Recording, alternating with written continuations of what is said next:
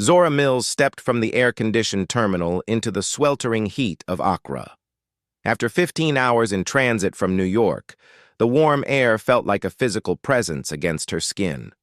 She inhaled deeply, taking in the mingled scents of exhaust fumes, spices, and the distant sea. This was her first time in Ghana, though her grandmother had spoken of it often, the homeland she'd never had the chance to visit. "Miss Mills?" A young man in a crisp white shirt approached, holding a small sign with her name. "I'm Emmanuel from the International Justice Coalition. Welcome to Ghana." Zora smiled, shifting her carry-on to shake his hand. "Thank you for meeting me. How far is it to the office?" "About 40 minutes, if traffic is kind," Emmanuel said with a knowing smile, though traffic is rarely kind in Accra. As they navigated through the bustling streets, Zora studied the city through the window. Gleaming high-rises stood alongside colonial-era buildings and sprawling marketplaces. Digital billboards advertised luxury goods above streets where vendors sold mangoes and handcrafted goods. It was a city of contrasts, much like the case that had brought her here. Zora was 34, a former prosecutor who now worked for the International Justice Coalition, investigating human rights abuses connected to multinational corporations. The case in Ghana involved global resource extraction, an American company whose gold mining operations had allegedly poisoned water sources in rural communities, leading to a wave of illnesses and deaths.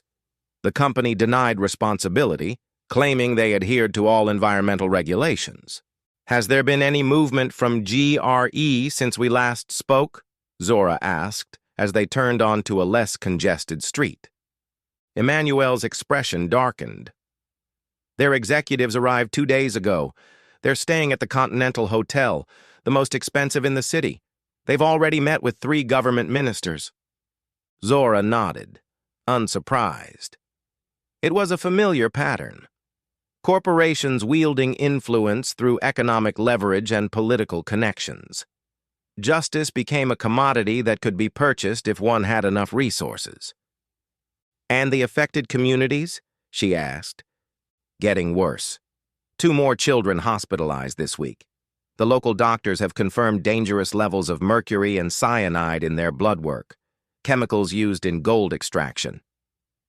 The IJC office was a modest 3-story building in a commercial district. Inside, Zora was introduced to the local team.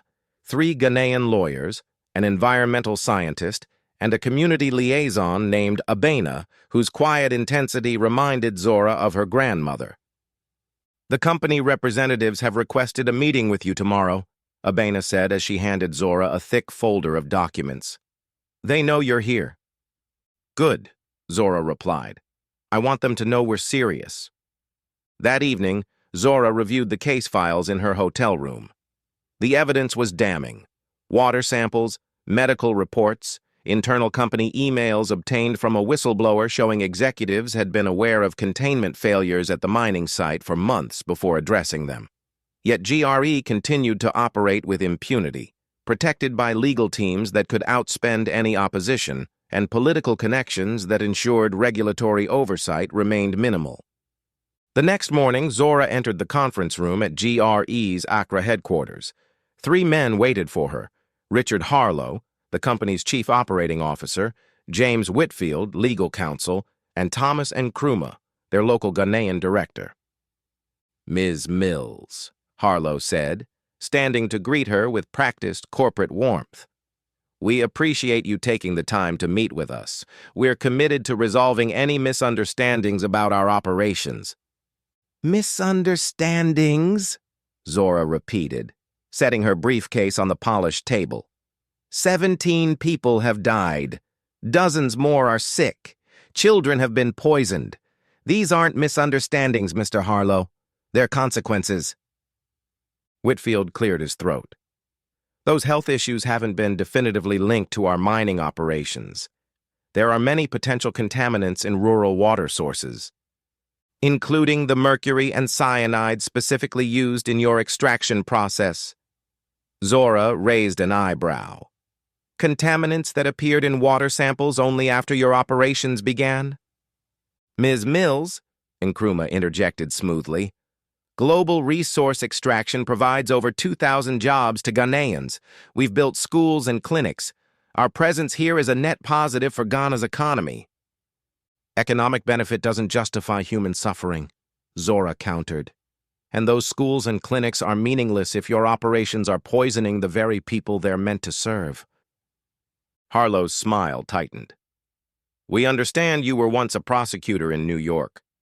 Quite successful from what I hear. A rising star.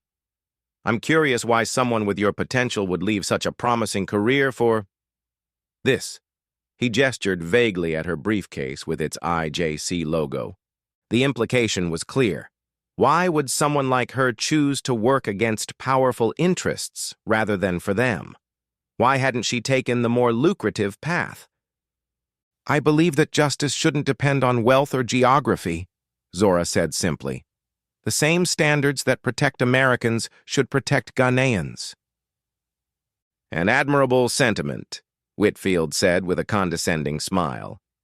But the reality is that different countries have different regulatory frameworks. We comply with Ghanaian law. Compliance isn't the same as ethics, Zora replied. And we both know that GRE hasn't even met the minimum compliance standards. I have the internal reports to prove it. The meeting continued for another hour, a chess match of accusations and denials. By the end, it was clear that GRE had no intention of accepting responsibility or changing their practices without being forced. As Zora left the building, Harlow followed her to the elevator. You know, he said quietly, there's always a place for someone with your talents at a company like ours. The salary would be considerably more than what IJC pays, and you could do more good from the inside than as an adversary. Zora studied him for a moment. Is that how you justify it to yourself, Mr. Harlow? That you're doing good from the inside? His expression hardened. Be careful, Ms. Mills. Ghana isn't America. The protections you're accustomed to don't always apply here. The threat was veiled but unmistakable. The next 3 days were a whirlwind of activity. Zora and the IJC team visited the affected communities, collecting testimonies and additional water samples. They met with sympathetic government officials who spoke passionately in private but admitted their hands were tied by political realities. They prepared legal filings for both Ghanaian courts and international tribunals. On the 4th day, Zora woke to news that their office had been broken into overnight. Computers were missing, files scattered. The environmental samples they'd collected were gone. This happens whenever someone challenges them, Abena said, surveying the damage. The police will investigate and find nothing.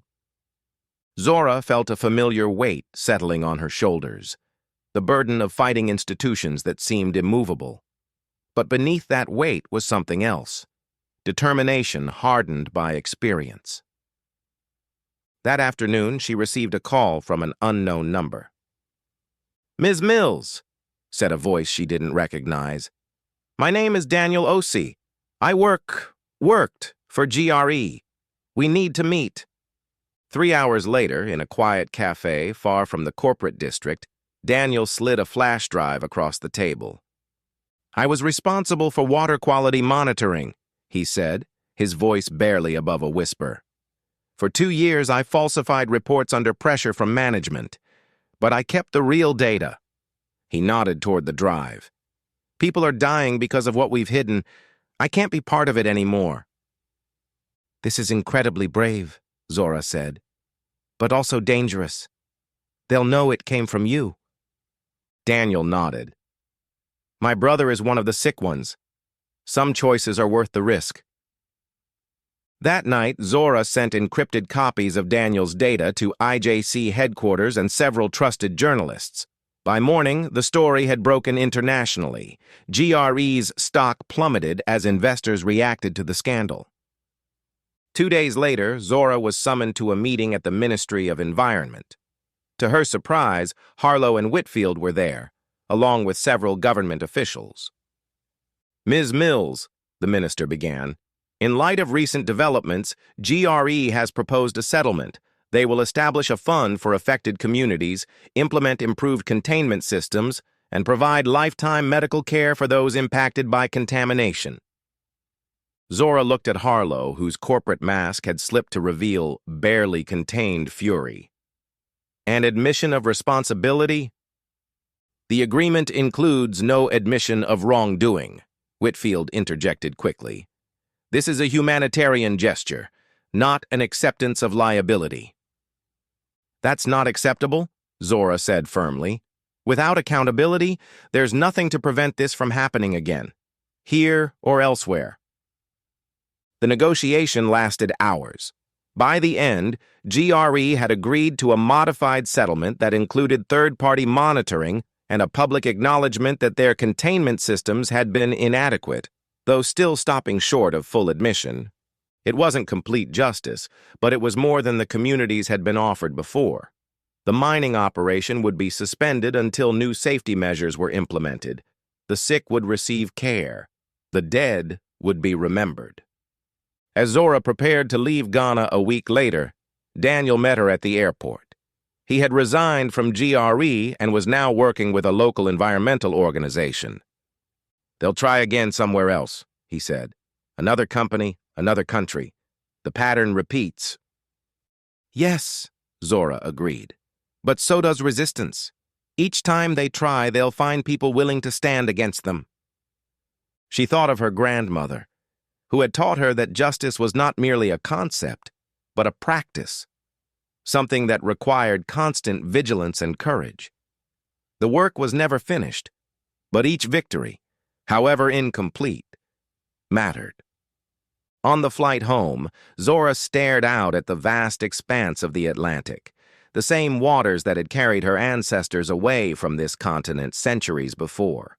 Beneath the plane lay a history of exploitation that continued in new forms, but also a legacy of resistance that refused to be extinguished. Her phone buzzed with a message from Abina. 2 more communities have come forward with similar symptoms. Different mining company. When can you return? Zora closed her eyes briefly, feeling the weight and the purpose of the work ahead. Then she began to type her response. The struggle continued, as it always had. But so did the struggle against it, across borders, across generations, a continuous thread winding through history. And in that continuity, there was both burden and hope.